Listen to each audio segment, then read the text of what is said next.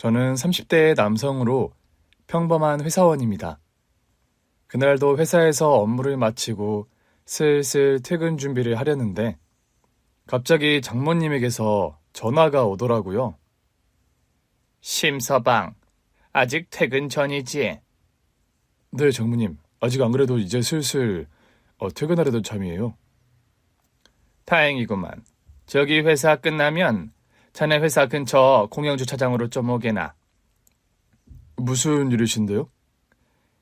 심서방, 오늘 미진이 몰래 나랑 갈 데가 있네. 미진이 몰래요? 그래. 자세한 얘기는 이따 하기로 하고 일 끝나자마자 이리로 좀 와. 다급한 목소리로 그런 말을 하며 전화를 끝낸 장모님이었어요.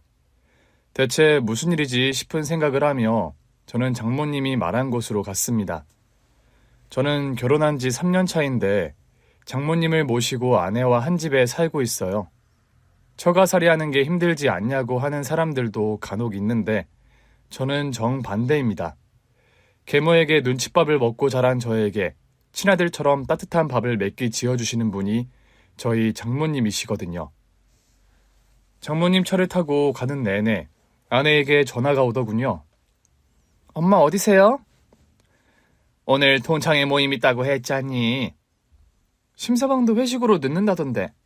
오늘은 혼자 저녁 먹어야겠네요. 그래. 엄마 운전 중이니 이만 끊자. 장모님이 아내에게까지 비밀로 하고 저를 데리고 가는 장소가 몹시 궁금하더군요. 장모님, 대체 어딜 가시는 거예요? 심서방, 이제 목적지가 곧이야. 내가 대체 어디서부터 어떻게 자네에게 설명을 해야 할지 갈피가 안 서네. 네? 대체 어딜 가시는 건데 그러세요? 난감하다는 듯 식은땀까지 흘리면서 제대로 설명을 못하는 장모님이었습니다. 미진이가 알면 안 되는 곳이에요, 장모님? 뭐 꼭 그렇다기보다는 미진이가 요즘 임신 초기로 종일 누워지는 아이가 아닌가. 병원에서 하도 조심하라 그래서. 오늘 괜히 데려왔다 놀라서 사달이라도 생길까봐 놔두고 온 거야. 말끝을 흐리더니만 그런 대답을 하는 장모님의 말을 듣자니 의구심만 증폭되는 게 사실이었죠. 대체 어딜 가시길래 아내에게까지 비밀로 하면서 나만 데리고 가시는 거지? 뭐 이왕 도착이 멀지 않았으니 가보면 알 거라는 심정으로 따라갔더랍니다. 그런데요. 장모님이 운전하는 차에 타 도착한 그곳을 보고 저는 입을 틀어 막고야 말았어요. 대체 어디를 갔길래 그렇게나 놀랐냐고요? 장모님이 저를 데리고 도착한 곳은 웬 한복점이었습니다. 그런데 그 한복점 간판이 일단 1차 충격을 줬습니다. 심정우 한복집, 제 이름이요. 다름 아니라 심정우거든요. 거기다 한복집 쇼윈도 안을 보고 저는 넋을 잃고 그 앞을 다가가고 말았어요. 아니, 저 홀레 한복은... 한복집 안에 쇼윈도에 걸린 홀레 한복은 저와 아내가 전통 홀레를 올릴 때 입었던 신랑 신부 한복이었습니다. 이게 대체 무슨 일이지? 내가 꿈이라도 꾸는 건가? 그런 생각을 하는데 이건 꿈도 아니고 분명한 현실임을 증명하는 물건이 또 하나 눈에 떡 들어오더라고요. 쇼윈도 옆에 저와 아내의 전통 홀레 사진이 커다랗게 액자까지 되어서 놓여 있는 겁니다. 장모님, 저랑 미진이 결혼 사진이 왜 여기 있어요? 한복집 안에 들어가 보면 모든 걸 알게 될 거야. 그런 말을 하면서 제 손을 잡고 한복집 안으로 성큼성큼 들어가는 장모님이었어요. 한복집 안에 들어가서 저는 그 자리에 털썩 주저앉을 정도로 놀라고 말았습니다. 한복집 안에는 웬 나이든 아주머니 한 분이 휠체어에 앉아 정갈하게 쪽진 머리를 하고서 한복 바느질을 하고 있더라고요. 그리고 그 아주머니가 얼굴을 들어 저를 보는데 그 아주머니 얼굴이 어려서 돌아가신 줄로만 알고 있던 저희 친엄마를 붕어빵처럼 닮으신 겁니다. 혹시 엄마? 이게 누구야? 우리 아들 정우가 아니니? 저를 보자마자 휠체어를 끌고 저에게 다가와 저를 와락 끌어안는 엄마였습니다. 정우야, 내 아들 정우야. 내가 애먼 사람을 착각하고 있는 건 아니라는 징표가 제 눈앞에 여러 개 있었어요. 뭘 보고 그런 말을 하느냐고요? 어떻게 된 일인지 몰라도 저의 어릴 적 모습부터 초등학교, 중학교, 고등학교, 대학교에 이르는 졸업사진과 성장 사진들이 한복집 벽면 곳곳에 걸려 있더라고요. 엄마가 너를 영영 못 보고 세상을 뜨는 줄 알았는데 이게 꿈이니 생시니?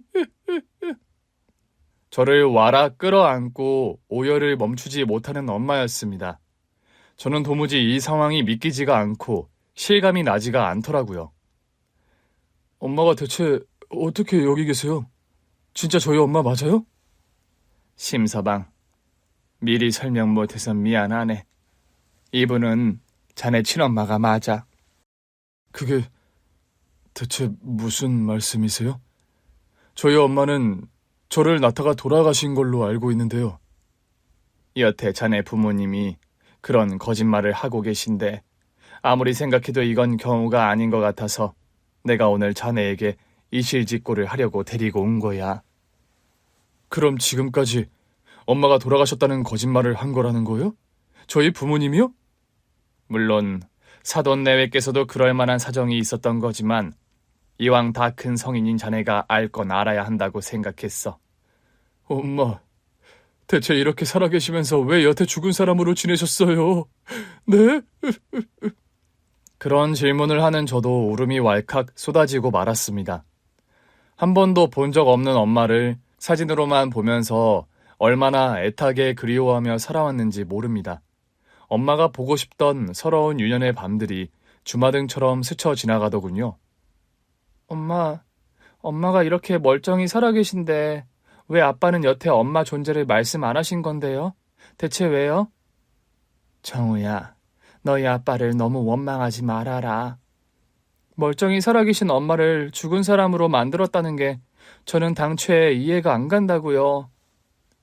지금부터 엄마가 하는 얘기 잘 들어. 너도 얘기를 들으면 그렇게 화만 내지는 못할 거야. 사부인, 지금 감정이 많이 힘들어 보이시는데 저도 설명을 거들어도 될까요? 네, 그래 주시면 감사하겠어요, 사부인. 그렇게 저는 생전 처음 가보는 엄마의 한복집에서 장모님과 엄마로부터 저의 과거 집안 이야기들을 듣게 되었어요. 제가 알기론 저를 낳다가 돌아가신 걸로 들었는데 이게 대체 어떻게 된 일이에요? 심서방, 자네 어머님께서는 자네를 낳다가 돌아가신 게 아니라 의식을 잃고 혼수 상태에 빠졌다가 식물인간이 되셨다고 하더군. 뭐라고요? 엄마가 식물인간이요? 그래. 너 대체 언제까지 식물인간으로 뉘어있는 네 처 기다릴 작정이니? 그럼 이 사람을 내다 버리기라도 하란 말씀이에요? 지금 그 말이 아니지 않니? 젖먹이 어린애 두고 이리 깨어나지 못하는 며느리 언제까지 두고 봐야 하나 싶어 걱정돼서 하는 소리다. 어머니, 아무리 이 사람이 의식 없이 누워있다고 해도 그런 말씀 너무 함부로 하지 마세요. 만약에 다 듣고 있는 거라고 하면 어쩌시려고 그래요. 지금 그게 중요하니? 너 설마 평생 식물인간으로 누워있는 네 처 기다릴 셈이냐? 그건 제가 알아서 할 문제니 너무 체근하지 마세요, 어머니. 저를 낳다가 심하게 하혈을 한 엄마는 의식을 회복하지 못하고 그래도 식물인간 상태가 돼버리고 말았다는 겁니다. 결핵성 척추염 소견이 있어요. 만에 하나 기적적으로 의식을 회복한다 해도 하반신 마비 가능성이 크고요. 저희 아내가 걷지를 못한다는 말씀이세요? 그럴 가능성이 큽니다. 청천벽력 같은 의사의 선고 앞에서 아빠는 절망했지만 그래도 엄마가 깨어나기만을 소망하며 기다리셨다고 합니다. 그렇지만 제가 3살이 될 때까지 엄마는 식물인간 상태에서 깨어나지 못하셨다고 하더군요. 병원에서도 더 이상 깨어날 가능성이 희박하다는 진단을 내렸고 아빠는 하루하루 지쳐가셨다고 합니다. 너 대체 언제까지 호라비로 지낼 작정이냐? 더 이상 나도 혼자 정우 키우는 것도 힘에 부치니 더 미루지 말고 재혼 자리 알아봐. 처음엔 할머니 말을 듣지 않던 아빠였는데 혼자서 어린 저를 키우는 일이 너무 힘에 부치셨다고 해요. 제가 5살이 되던 해 결국 아빠는 새엄마와 재혼을 하셨고요. 그런데 재혼하고 반년이 채 되지 않아 엄마가 자리에서 기적적으로 일어나신 겁니다. 여보, 여기가 어디야? 당신 괜찮아? 그런데 왜 내 다리가 움직여지지가 않는 거죠, 여보?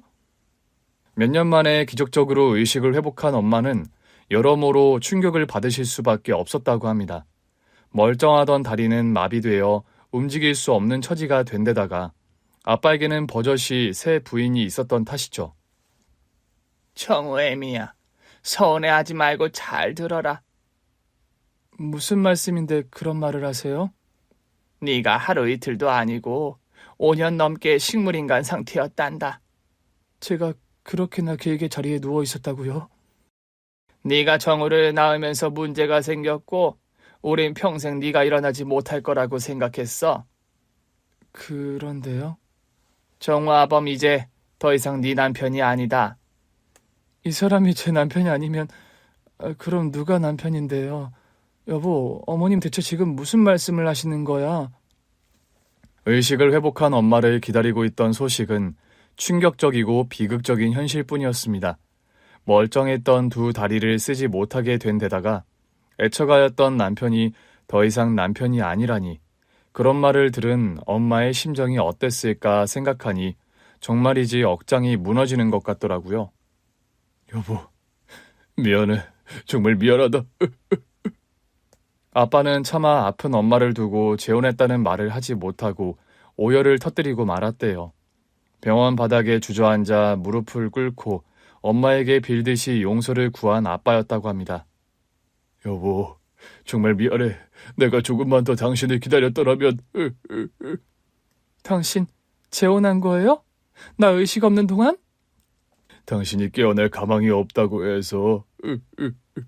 나 혼자 어머니와 둘이서 정우 키울 자신이 없어서 그랬어. 정말 미안해, 여보. 그럼 당신에겐 새 부인이, 우리 정우에겐 새 엄마가 생겼단 말이에요? 그렇게 됐다, 애미야. 네가 충격이 큰 건 알겠지만 어쩌겠니? 이미 엎질러진 물인데. 그럼 우리 정우 지금 어디 있는데요? 네? 그 새엄마라는 사람한테 있다는 말이에요? 그래, 여보. 그 사람이 요즘 정우 돌보고 있어. 내 아들 정우, 우리 아들 정우 좀 보여줘요, 네? 내 아들 정우를 돌려달란 말이에요. 엄마는 이성을 잃고 울부짖으셨다고 합니다. 애미야, 네 속이 상한 건 알겠지만 현실이 이런 걸 어쩌겠니? 정우는 날 때부터 네가 이 세상 사람이 아닌 줄 알고 커왔어. 이제 겨우 새엄마에게 정붙이고 사는 아이에게 그런 충격을 줘서 좋을 게 뭐가 있겠니? 정우 엄마는 저잖아요. 10달 뱃속에 품고 내 배 아파 낳은 내 아들이라고요, 어머니. 제발 우리 정우 좀 보여주세요. 네? 애미야, 이제 정우 5살이야. 애가 똘똘해서 말도 잘하고 세상 돌아가는 이치 알 건 다 아는 아이다. 하늘나라에 있다고 알던 엄마가 갑자기 눈앞에 나타나면 애가 어떻게 받아들이겠어? 그래도 이건 아니잖아요. 제가 제 아들 얼굴 한번 못 보고 품에 한번 안아보지도 못하면 저는 어찌 살라고요? 엄마는 미친 사람처럼 오열하셨다고 합니다. 여보, 나 다른 거 아무것도 필요 없어. 다 뺏어가도 좋은데 제발 우리 정우만 돌려줘. 부탁이야, 내가 키울게.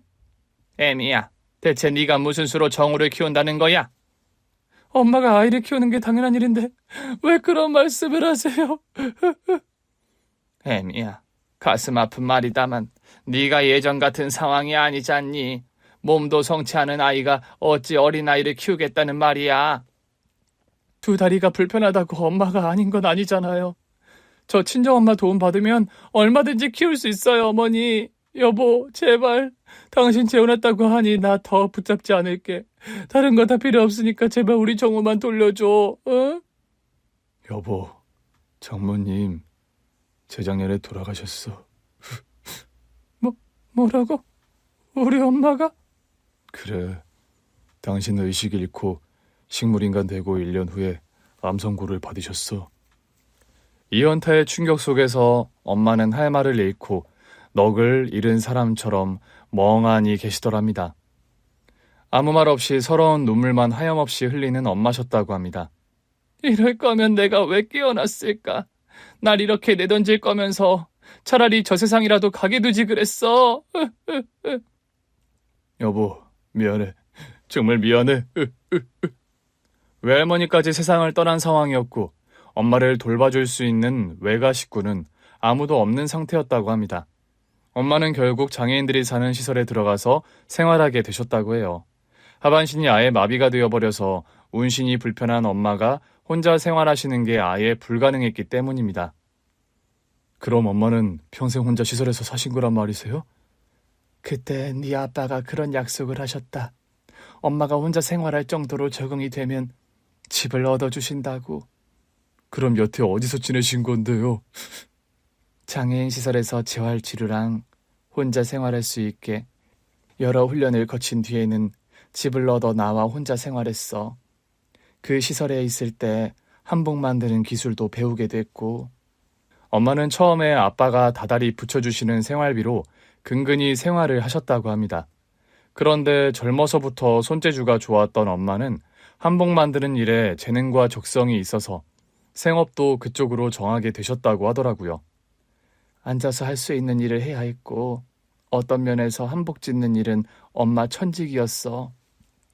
그나마 한복 만드는 일을 하면서 생활도 안정이 됐고 뭐라도 하면서 일상을 버티게 되어서 다행이었다는 엄마였어요. 엄마, 그럼 제가 커가는 과정은 아빠에게 전달받으셨어요? 네 아빠가 정기적으로 엄마를 보러 오셨다. 그건 엄마와의 관계가 이어져서가 아니라 네 소식을 전해주기 위해서 다달이 엄마에게 오셨어. 그러셨군요. 전 다달이 아빠가 엄마를 보러 오셨다는 그 말을 듣는 순간 어린 시절부터 이해하지 못했던 아빠와 새엄마의 싸움의 원인을 비로소 이해하게 되었더랍니다. 제가요, 이런 사연 때문에 평생 새엄마의 손에서 자랐어요. 세상의 모든 계모들이 그런 건 아니지만 저희 새엄마는 그리 따뜻한 마음의 소유자는 아니었습니다.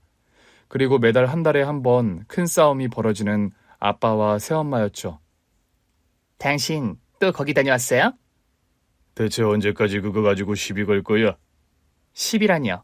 제 입장은 당신 생각조차 안 하는 거죠? 내가 두 집 살림하는 것도 아니고 그저 한 달에 한 번 들려 생활비 주고 오는 걸 그리 싫어하면 어쩌자는 거야?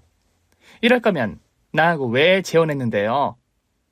목소리 좀 낮춰. 정우 들으면 어쩌려고 그래? 당신은 그저 정우 아들밖에 모르는 사람이죠. 날 이 집의 하녀로 유모로 쓰려고 재혼한 사람인 거 내가 모를 것 같아요? 그런 억지가 어딨어. 당신 대체 언제까지 그럴 거야? 참, 차라리 나 모르게라도 다녔던가. 다달이 거기 다녀오는 거 내가 뻔히 알면서 기분 좋을 거라고 생각이라도 한 거예요, 그럼? 내가 언제 당신 알게 했어? 당신이 알아낸 거잖아. 이제 나를 의부증 환자 취급하는 거예요? 당신 이러는 게 의부증 환자 아니면 뭐야? 이럴 거면 다시 도로 다 불러요. 그 사람 불러다 다시 시작하라고요. 당신 왜 자꾸 억지를 부려? 나랑 뱃속 아이 다 짐스럽죠? 제가 엎질러진 물인 거죠, 당신한테는. 여보, 제발 그런 소리 이제 좀 그만하자. 난 당신과 재혼했고 이제 내 아내는 당신이야. 당신 자꾸 이렇게 화내는 거 뱃속의 아이에게도 해로워. 이제 제발 이런 걸로 그만 다투자, 여보. 지금 와서 생각해보니 새엄마는 다달이 아빠가 엄마를 만나러 가는 걸 지독하게 싫어하셨던 거더라고요. 한 달에 한 번씩 유달리 저에게도 화풀이가 심한 새엄마였는데 뒤늦게 그 원인을 알게 된 저였던 셈이죠. 새엄마는 아빠와 재혼하고 제가 7살 되던 해에 이복동생을 낳았습니다. 이복동생이 태어난 뒤 저를 더욱 찬밥 취급하시던 새엄마였어요. 너는 어떻게 된 게 동생 이뻐할 줄을 몰라? 거기 뚱하니 앉아있지 말고 동생 기저귀라도 쓰레기통에 좀 버려. 똥기저귀 냄새 나는데. 넌 명색이 형이 돼서 동생 기저귀가 더럽니? 얼른 엄마 말 듣지 못해? 네, 엄마 버리고 올게요. 지금 와서 생각해보니 새엄마는 일종의 자격지심 같은 게 있었던 것 같아요. 식물인간으로 쓰러져 있던 본 부인이 어느 날 갑자기 기적적으로 일어났고 다달이 그 본부인을 보러 가는 남편, 그리고 그 본부인의 아들인 저. 그런 평범하지 않은 상황에서 저에게 온화한 애정을 쏟아주기란 보통 넓은 품의 인격이 아니고서는 어쩌면 불가능한 일이었을지도 모른다. 이제 와서 좀 뒤늦게 그런 이해가 되는 저였어요. 엄마, 그럼 제가 결혼하는 거 다 아시고 결혼 예복 엄마가 직접 만들어주신 거예요? 저는 한복집의 쇼윈도를 가르치면서 물었습니다. 네 아버지가 평생을 그래도 너 잘하는 소식을 내게 다달이 찾아와서 전해주셨다. 네가 전통을내 올린다는 말 듣고 엄마는 혼자 환호성을 내질렀어. 왜요? 내가 신랑 신부 한복을 지어줄 수 있겠다 싶은 생각이 들었으니까.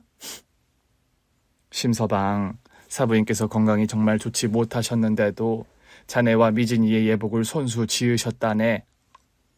엄마, 건강이 많이 안 좋으세요? 장모님 얘기 듣고 보니까요. 유달리 수척해 보이는 엄마의 얼굴이 걱정이 되더라고요. 자세히 엄마를 보니까 머리숱도 많지 않고 병색이 완연해 보이는 얼굴이었어요. 엄마, 어디가 아프신 거세요? 네? 사실 정우야, 엄마는 한 몇 년 전에 너에게 엄마가 살아있다는 사실을 고백하려고 했어. 그런데 왜 숨기셨어요? 그때라도 말씀해 주시죠. 엄마가 한복집 일 오래 하면서 기반도 잡았고 너를 데리고 오려고 했는데 암 선고를 받았어. 암 투병을 하신다는 거예요? 그렇게 됐다, 정우야. 평생 너는 나를 죽은 사람으로 알고 살아왔는데 막상 나타난 생모라는 사람이 또 암이라고 하면 네 심정이 너무 아닐 것 같아서 그냥 나타나지 않는 게 좋을 것 같다는 판단을 했단다. 엄마 말을 들으니 가슴이 미어져 내리는 것만 같았습니다. 암투병을 하며 힘든 몸으로 저와 아내의 결혼 한복을 한 땀 한 땀 지으셨을 엄마를 생각하니 너무 마음이 아프더라고요. 엄마, 건강도 안 좋으신데 왜 힘들게 저런 예복까지 만드셨어요, 네? 평생을 나는 정우 너에게 엄마 노릇을 못했는데 그래도 너 장가갈 때 엄마로서 의미 있는 일 한 가지는 해주고 싶더구나. 엄마. 저는 그런 엄마를 껴안고 한참을 오열했습니다. 품 안에 쏙 들어오는 가냘픈 엄마의 몸피가 더욱 제 마음을 아프게 했어요. 자네 부모님은 여전히 자네에게 사부인 존재를 말씀 안 하셨지만 나는 이제라도 자네가 어머니 존재를 알아야 할 것 같아서 오늘 여기 자네를 데리고 온 거야. 장모님, 정말 잘하셨어요. 정말 100번 잘하신 선택이세요. 사부인, 생각 같아서는 우리 미진이도 데리고 와서 사부인께 인사를 드려야 하는데 요즘 우리 딸아이가 어딜 나다닐 컨디션이 아니라 데리고 못 와요. 며느라이가 어디 아픈 건 아니죠? 아픈 건 아니고요. 습관성 유산 끝에 좀 힘들게 아이가 들어선 상황이라 집에서 종일 누워 지내고 있답니다. 안정기에 접어들 때까지 외출도 삼가고 심정적인 스트레스도 피하라고 해서요. 잘하셨어요. 오늘 괜히 따라왔다가 며느라이가 놀라기라도 하면 얼마나 큰일입니까, 사부인. 장모님께서 왜 아내에게 굳이 비밀로 하고 저를 데리고 오셨는지 저는 비로소 이해가 가더라고요. 장모님을 모시고 돌아오는 차 안에서 그런 말씀을 하시는 장모님이었어요. 사부인이 같은 여자로서 너무 안 돼 보이는 게 사실이었네. 감사해요, 장모님. 장모님 아니었으면 저 평생 불효자로 남을 뻔했어요. 사부인이 건강이 많이 안 좋으신데 이제라도 집에 모셔와서 돌봐드리는 게 어떻겠나. 정말 그래도 돼요, 장모님? 아니, 그 문제를 나에게 허락을 구하나 당연히 자네가 해야 할 도리를 하는 건데. 그래도 엄마 모시는 일이 보통 일이 아닐 텐데 당연히 상의 드려야죠. 아마 미진이도 상황을 알면 당연히 오케이 할 걸세. 평생 자네 얼굴 한번 제대로 못 보고 그늘에서 그림자처럼 지내오셨는데 지금이라도 자네와 미진이가 돌봐드려야지. 장모님, 정말 감사드려요. 저는 차를 타고 돌아오는 길에 다시 눈물을 펑펑 쏟고 말았습니다. 저희 장모님이요. 마음이 이렇게나 따뜻하신 분이세요. 저는 새엄마의 성정이 차갑고 저에게 애정을 주신 분이 아니다 보니까 유년 시절과 사춘기 시절의 기억이 그리 좋지 않은 편입니다. 다녀왔습니다. 왔니? 저녁 혼자서 차려 먹을 수 있지? 네. 채영이랑 어디 좀 다녀올 테니 알아서 저녁 먹어라. 네. 너는 나한테 할 말이 네밖에 없어? 네, 다녀오세요. 아빠가 집을 비운 저녁이면 언제나 동생 채영이 손을 잡고 밖에 나가 둘이서 외식하고 돌아오는 새엄마였습니다. 그런 날 저녁이면 저는 혼자 집에 남아 라면을 끓여 먹거나 햄버거를 사다 먹거나 했어요. 라면 끓여 먹은 냄비 왜 설거지를 안 해놨어? 방 안에 들어와 공부하고 있는 제게 들어와 그런 타박을 하는 새엄마였죠. 대꾸 없이 나가 설거지를 하고 있노라면 새엄마와 여동생에게서 갈비 냄새가 풍겨 나오곤 했습니다. 엄마, 다음번에 저번에 갔던 갈비집 가요. 오늘 간 데는 맛이 없어요. 채영이 너 조용히 못해? 엄마랑 식당 갔다 온 얘기 오빠 앞에서 하지 말랬잖아. 저를 혼자 놔두고 동생과 둘이 외식을 가거나 똑같이 도시락을 싸줘도 제 도시락 그 반찬은 뭔가 한두 가지가 빠져있곤 했어요. 심지어 저희 집 냉장고에는 저에게 주는 반찬통이 따로 있었습니다. 동생이나 엄마 아빠가 먹는 반찬통에 제가 모르고 손을 대면 불호령이 떨어졌죠. 정우 너, 네 반찬통 꺼내 먹으라고 몇 번을 말하니? 애가 한 번 말하면 왜 듣는 법이 없어? 그런 식이다 보니 저는 점점 집에서 식사하는 걸 피하게 됐어요. 저희 아빠는 직업적으로 해외 출장이 잦은 분이었습니다. 출장을 안 가시더라도 회식이다 접대다 저녁 약속이 많은 분이었죠. 친할머니가 살아계실 땐 그래도 대놓고 저를 차별을 못하던 새엄마였는데 제가 초등학교 4학년 무렵 친할머니가 돌아가신 후로 저에 대한 그런 차별이 대놓고 심해지더라고요. 심지어 빨래를 돌려도 제 것만 따로 세탁하는 새엄마였습니다. 그런 눈칫밥을 먹고 자라온 저여서 솔직히 엄마에 대한 사랑 같은 걸 한 번도 느껴본 적이 없었습니다. 엄마가 차려주는 따뜻한 밥이나 살가운 보살핌 같은 게 어떤 건지 하나도 모르고 자란 셈이었죠. 그런 저에게 장모님의 존재는 특별했어요. 자네가 심서방인가? 어서 들어오게. 첫 만남에서부터 저를 심서방이라 부르며 환대해 주신 장모님이었습니다. 아내 손을 잡고 처음 인사를 드리러 갔던 날, 저에게 주신다고 한 상 가득 밥상을 차린 장모님이셨어요. 불고기, 된장찌개, 잡채 같은 반찬들. 저는 그날 처음으로 정성과 온기가 깃든 집밥 밥상을 받아봤더랍니다. 음식이 자네 입맛에 맞나 모르겠네. 너무 맛있어요, 장모님. 저 머리털 나고 이렇게 맛있는 집밥 처음 먹어봐요. 천천히 많이 들게나. 미진이에게 물어봐서 자네가 좋아하는 음식들로 만들어 봤어. 그러고 보니 밥상 위의 음식들이 죄다 제가 좋아하는 것들이더라고요. 저는 그날 장모님의 정성이 깃든 밥을 먹으며 콧날이 시큰해지는 걸 겨우 참았더랍니다. 장인어른이 일찍 돌아가시는 바람에 장모님이 혼자셨고 저는 아내에게 먼저 장모님을 모시고 살자고 제안했어요. 결혼하고 쭉 신혼 때부터 장모님과 한 집에 살고 있고요. 아침마다 제가 출근할 때 정성 가득한 끼니를 차려주시는 장모님이셨죠. 장모님, 아침 일찍부터 식사 차리기 힘드신데 그냥 드세요. 저 원래 아침 잘 안 먹어요. 무슨 큰일 날 소리를 하나. 젊은 사람이 밥심으로 일하는 건데 아침밥 든든히 먹고 출근해야지. 그래도 매번 새벽같이 일찍 일어나시는 거 너무 죄송해서요. 나이 들어 새벽잠도 없으니 괜한 걱정 말게나. 자네가 건강해야 우리 미진이도 행복하지. 안 그래? 갓 지은 돌솥밥에 직접 담근 된장으로 끓인 찌개, 장모님의 손맛이 그대로 느껴지는 나물 무침, 온기 가득한 장모님의 밥상은 제 배를 부르게 하는 것뿐 아니라 영혼까지 살찌우는 느낌이 있는 게 사실이었죠. 새엄마에게 눈칫밥만 먹고 큰 저에게 장모님의 그런 살뜰한 케어는 너무나 따뜻하고 감동적인 것이었습니다. 집으로 돌아와 그날 밤 차분하게 아내에게 엄마를 만난 사실을 털어놓았어요. 아내 역시 크게 놀란 게 사실이었죠. 그래서 당신과 어머니가 비밀로 다녀왔구나? 당신이 혹시라도 놀랄까 봐서. 요즘 외출도 삼가는 거 아니까. 여보, 당신 어머니가 편찮으시다는데 우리가 모셔와서 돌봐드리자.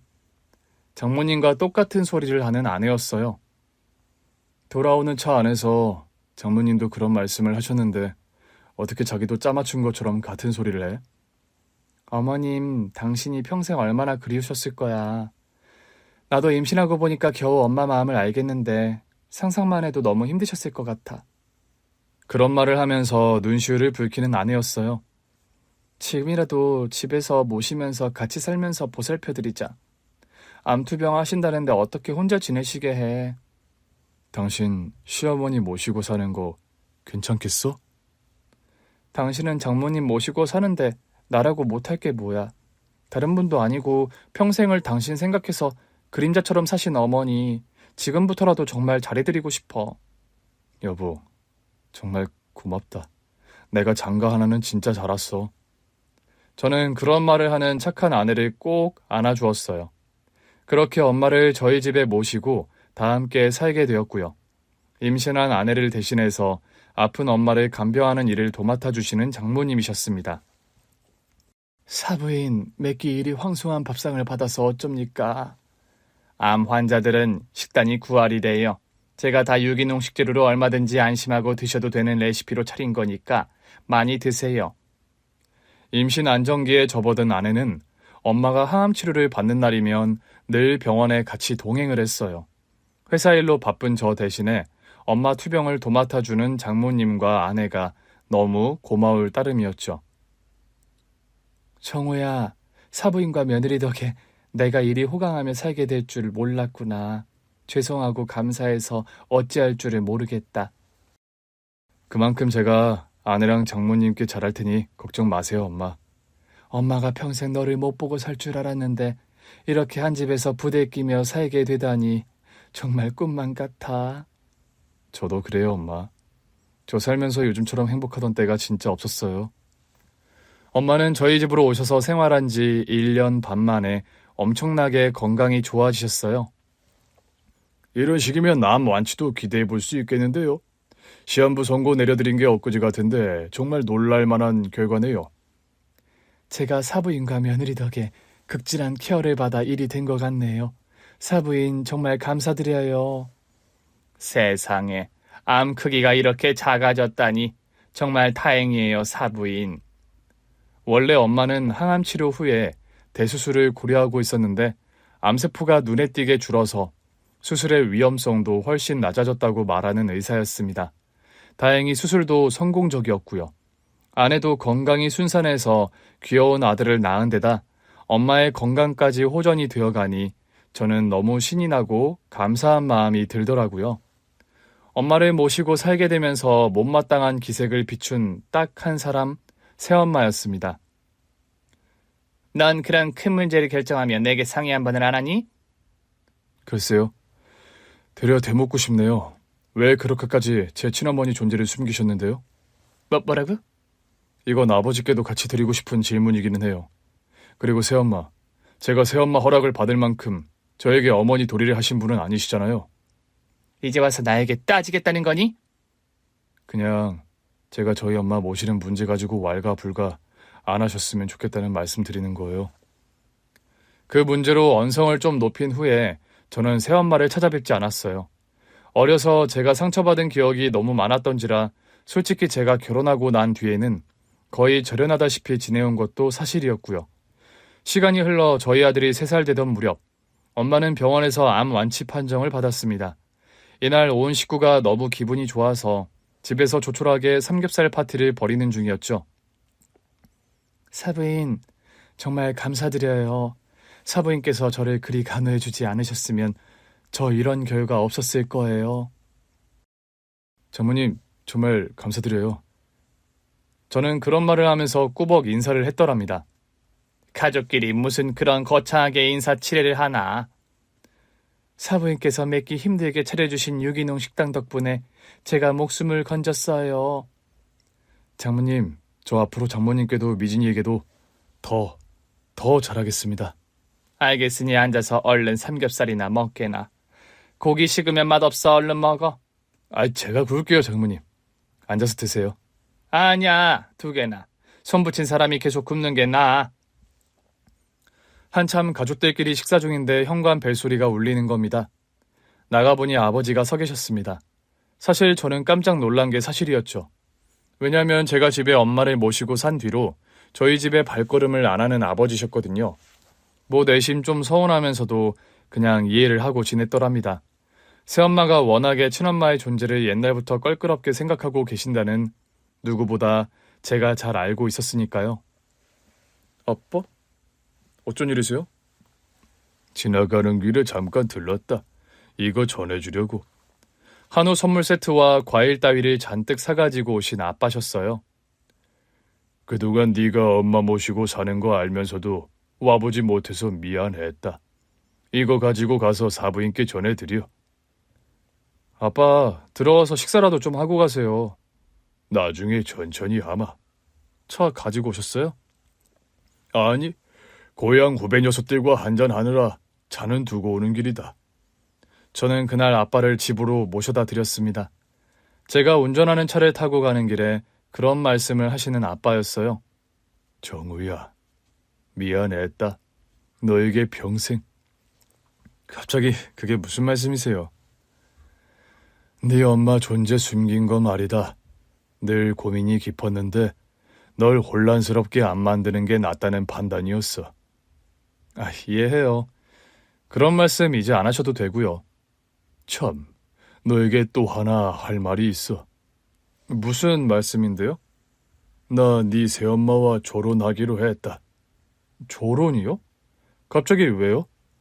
저는 깜짝 놀라 갓길에 차를 정차하고 아빠에게 여쭤봤더랍니다. 너 알다시피 네 새엄마와 나는 문제가 많았잖니. 아니 그래도 그렇지 조론이라뇨. 솔직히 말하면 이참에 법적으로도 정리하려다 너 알다시피 얼마 안 있으면 재영이 시집 가잖니. 사돈댁에 창피한 일은 일단 피하고 싶어서 조론으로 결정했다. 새엄마도 동의하셨어요? 그래, 네 새엄마 집 얻어서 나갔어. 이제 우리 집에는 아빠 혼자 산다. 아니 대체 이게 무슨... 채영이는요? 결혼 준비하는데 조론하냐면서 막 짜증내더니 지 남자친구 자취하는 오피스텔로 가버렸고. 아빠, 이왕 평생 사신 거 그냥 사시지 왜 그러세요? 미안하다. 너에게도 이런 모습 보여서. 그런데 변명하자면 정우야, 아빠도 평생 쉽지는 않았다. 네? 네가 아빠 원망하는 거 다 알아. 네 엄마가 다리도 불편하고 몸도 성치 않은데 평생 혼자 살게 버려둔 거. 아빠 역시 평생 지울 수 없는 죄책감이었다. 아빠도 어쩔 수 없으셨던 거잖아요.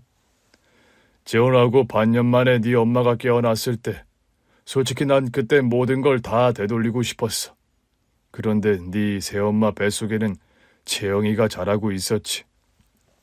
아빠, 내 은연중에 그런 진심이 네 새엄마에게도 전달이 됐겠지. 사람의 진심처럼 은연중에 빤히 투영되는 것도 없으니까. 그런 서운함을 너에게 투사시킨 새엄마였고 그 상처는 또 고스란히 네 몫이 되었다는 걸 아빠는 안다.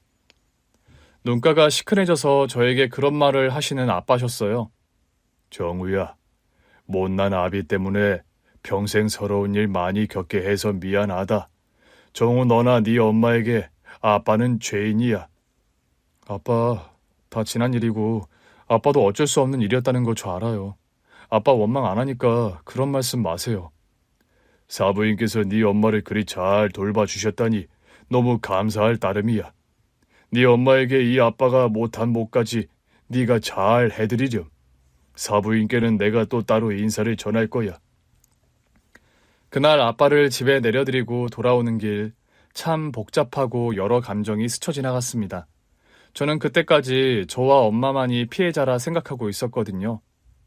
아빠에게 더 이상 마음 쓰지 마시라 원망하지 않는다는 말씀을 드렸지만 그건 솔직한 진심이 아니었어요.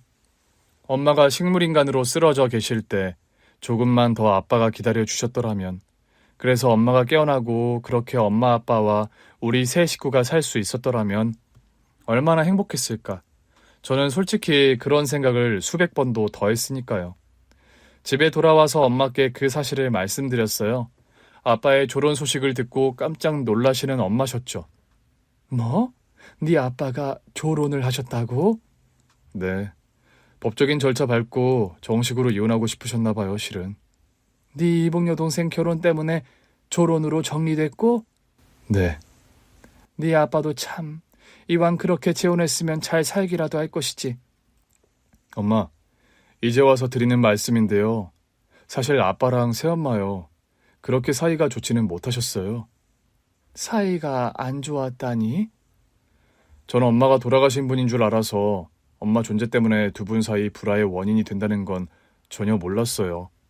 아빠가 매달 엄마 보러 다녀오실 때마다 부부싸움이 났었거든요. 네 아빠가 날 보러 오는 걸 알게 처신한 게 잘못이다. 아빠가 엄마랑 제게 죄책감이 크세요. 아까 차 안에서도 그런 말씀하셨고요. 옛날에 말이다. 엄마가 의식 회복하고 깨어났을 때 나도 솔직히 네 아빠 원망 많이 했어. 무엇보다 정수 너를 떼어놓아야 하는 일이 엄마는 너무 힘들었으니까. 엄마는 아빠를 다 용서하셨어요? 시간 지나면서 아빠 입장을 생각해보니 몇 년을 안 깨어나고 깨어날 가능성도 희박하다는 식물인간 아내를 언제까지 하염없이 기다릴 수 있을까 싶더구나. 엄마, 이젠 정수 너도 아빠 원망 안 했으면 좋겠다. 엄마도 네 아빠 원망 안 해. 어쨌건 다달이 날 찾아와 네 소식 계속해서 전해줬고 네 아빠가 그리 여유로운 형편 아니었어도 엄마에게 여태 생활비 붙여주고 그런 사람이다.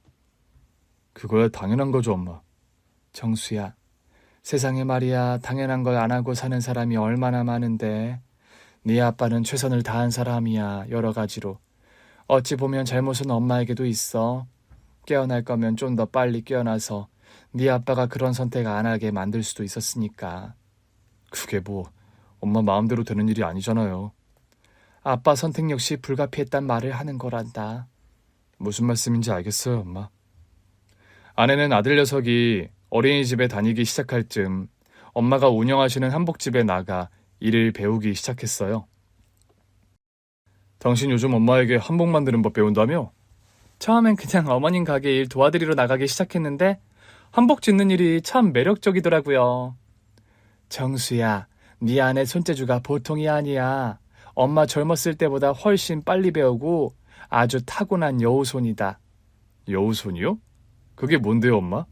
솜씨 야무지고 좋은 손을 가진 사람 손을 여우손이라고 하잖니. 그 시어머니의 그 며느리가 들어온다더니 미진이가 사부인을 많이 닮았어요. 제가 전생에 무슨 좋은 일을 했길래 말년이 일이 복이 터지나 모르겠네요. 아들 녀석 상봉해서 한 집에 살게 된 것도 꿈만 같은데 우리 며느리가 제 일까지 이어서 배운다니 이렇게 고마울 때가 없어요. 사부인, 부디 사부인 솜씨 미진이에게 잘 물려주세요. 당연하죠, 사부인. 남이라 해도 똘똘한 제자는 예쁜 법인데 미진이는 수제자인데다 며느리이기까지 한걸요. 아내는 엄마에게 한복 짓는 법을 전수받기 시작했고 3년 정도가 지나서부터는 엄마 대신 고객들의 주문을 받아서 한복을 직접 짓는 수준에 이르렀어요. 여기는 고부간에 같이 운영을 하시는 곳인가 봐요. 아, 저는 아직 배우는 단계고 저희 시어머니께서 다 만드세요. 말이 그렇지 솜씨는 저희 며느리가 훨씬 뛰어나답니다. 나이가 젊어 그런가 감각도 훨씬 저보다 세련됐고요. 저는 아직 저희 어머님 솜씨 따라가려면 한참 멀었어요. 고부간에 서로 그리치하면서 일하시는 모습이 참 보기 좋네요. 여기 솜씨 좋기로 유명한 곳인데 두 분 다 서로가 더 낫다 하시니 어느 분께 한복을 부탁드려야 할지 고민되는데요. 여기 도록이 2개 있어요. 하나는 제가 만든 디자인들이고 나머지는 며느리 디자인이니 보시고 취향에 맞는 걸로 하시면 되세요. 아내가 엄마의 한복집 일을 도운 후로 한복집 매상이 더 눈에 띄게 늘고 있다고 해요. 아무래도 거드는 손이 느니까 작업 속도도 빨라졌고 또 아내 솜씨가 좋다 보니 요즘 아내를 찾는 단골 손님도 점점 늘고 있다고 하더라고요. 다리가 불편한 엄마를 보조해서 한복집 일의 여러 굳은 일들을 도맡아 하는 아내입니다. 솔직히 그런 역할까지 아내에게 바랬던 적은 없던 터라 고마우면서도 미안한 마음이 드는 게 사실이죠. 퇴근길 저는 항상 한복집에 들러서 엄마와 아내를 픽업해서 집으로 돌아옵니다. 집에 오면 장모님께서 찌개와 맛난 반찬들로 차려진 저녁밥상을 준비하고 계시곤 하죠. 다녀왔습니다, 장모님. 이제 들어오나? 수고가 많았네. 사부인도 수고 많으셨어요. 미진이 너도. 저녁밥상을 물리고 나면 장모님과 엄마는 손주 재롱을 보시다 잠이 드십니다. 두 분이 사이가 좋으셔서 어떨 때는 두 분이 수다 떨며 밤늦도록 드라마를 보시기도 하고요. 저는 피곤한 아내를 위해 늘 자기 전에 마사지를 해주곤 해요. 당신도 피곤할 텐데 쉬어요. 당신이 더 힘들지. 종일 한복집에서 동동거리려면 엄마 모시고 일하려면 당신 일이 많은 거 잘 알아. 내가 어머니께 한복을 배우는 입장인걸요. 여보, 고마워. 우리 엄마에게 딸 같은 며느리가 되어줘서. 저희 아내가요. 정말 저희 엄마에게 살가운 딸처럼 세심하게 잘 챙겨드리고 옆에서 말동무도 잘하고 너무 착한 100점짜리 며느리 역할을 하는 사람입니다. 당연한 거 아니에요? 당신이 아들 같은 사위 역할을 하는데 부창부수, 이심전심, 오는 게 있으면 가는 게 있어야 하는 거잖아요. 한복일 배우는 거 힘들지 않아? 안 힘들다 하면 거짓말이죠. 그런데 힘든 만큼 참 재밌어요. 당신이 한복 디자이너가 될 줄은 몰랐네. 나도 몰랐어요. 이 모든 게 참 신기해요. 운명 같기도 하고. 아내를 만났을 때 그런 생각을 했더랍니다. 이 여자와 결혼해야겠다. 이 여자는 운명이다. 아내와 결혼한 후로 저에게는 좋은 일만 생기는 것 같아요. 엄마 사랑이라곤 모르고 자란 저에게 살뜰한 정을 주시는 장모님이 계셔서 너무 좋았는데 또 장모님을 통해서 저는 평생 그 존재도 모르고 살았던 친엄마까지 만나서 이렇게 행복하게 살고 있으니 말입니다. 살면서 귀인을 만나기가 하늘의 별따기라는데 난 참 귀인을 많이 만났어. 당신 귀인이 누군데요? 일단은 당신, 그리고 그 다음은 장모님. 나도 일단은 당신, 그리고 그 다음은 어머님이에요. 그 다음은 어머님이에요. 장모님께서 엄마를 헌신적으로 간호해 주셔서 얼마나 감사한지 몰라. 장모님 안 계셨으면 엄마 진짜 암 완치 못하셨을 거야. 장모님께서는 엄마가 암 완치 판정을 받으신 뒤로도 엄마의 건강을 위한 식단을 엄청 세심하고 꼼꼼하게 준비를 하십니다. 이런 이유로 저희 집 식탁에 오르는 모든 식재료는 유기농이고 조미료나 몸에 나쁜 재료들이 전혀 안 들어가요. 엄마가요, 당신이 평생 따뜻한 친모 사랑 못 받고 자란 게 참 안쓰럽다 하셨어요. 늦게 만난 만큼 하루라도 더 당신과 어머님 같이 얼굴 맞대고 살게 해주고 싶다고요. 그거 봐. 정말 장모님은 나에게 하늘이 내린 귀인이시라니까. 내가 순번 밀린 거네요? 순번 밀려도 전혀 기분 나쁜 얼굴이 아닌데? 아내에게 안마를 해주면서도 하나도 힘이 들지 않고 웃음꽃만 터지는 밤이었습니다. 사랑하는 사람들에 둘러싸여 하루하루 일상을 보낼 수 있는 것만큼 인생에 있어 행복한 일이 또 있을까요? 눈칫밥 먹던 서러운 유년기 시절과 사춘기 시절에는 한 번도 제가 행복하다는 생각을 해본 적이 없었어요. 밥을 먹어도 뭔가 헛헛하고 잠자리에 누우면 한 번도 본 적 없는 그리운 엄마의 얼굴이 천장에 동동 떠다니곤 했으니까요. 그런데 지금의 저는 매일 감사하다는 마음을 되뇌이며 잠자리에 들곤 합니다. 옆에 누워 곤히 자는 아내의 사랑스러운 얼굴에서 옆방에 계신 엄마의 존재를 상기할 때, 그리고 새벽마다 일찍 일어나 아침을 준비하는 장모님의 도마 소리에서 저는 말할 수 없는 행복감을 느껴요. 큰 부자는 아니지만 솔직히 저는 제가 세상에서 제일 행복한 남자 같거든요. 사랑하는 가족들과 온기 넘치는 하루하루를 살아갈 수 있음에 감사합니다. 여러분의 가정에도 언제나 건강과 행복만이 가득하시길 기원합니다. 긴 얘기 들어주셔서 정말 감사합니다. 오늘 준비한 사연은 여기까지입니다. 재미있게 들으셨다면 구독과 좋아요, 알림 설정까지 눌러주세요. 그럼 저는 다음 사연으로 찾아뵐게요. 오늘도 건강하고 행복하세요.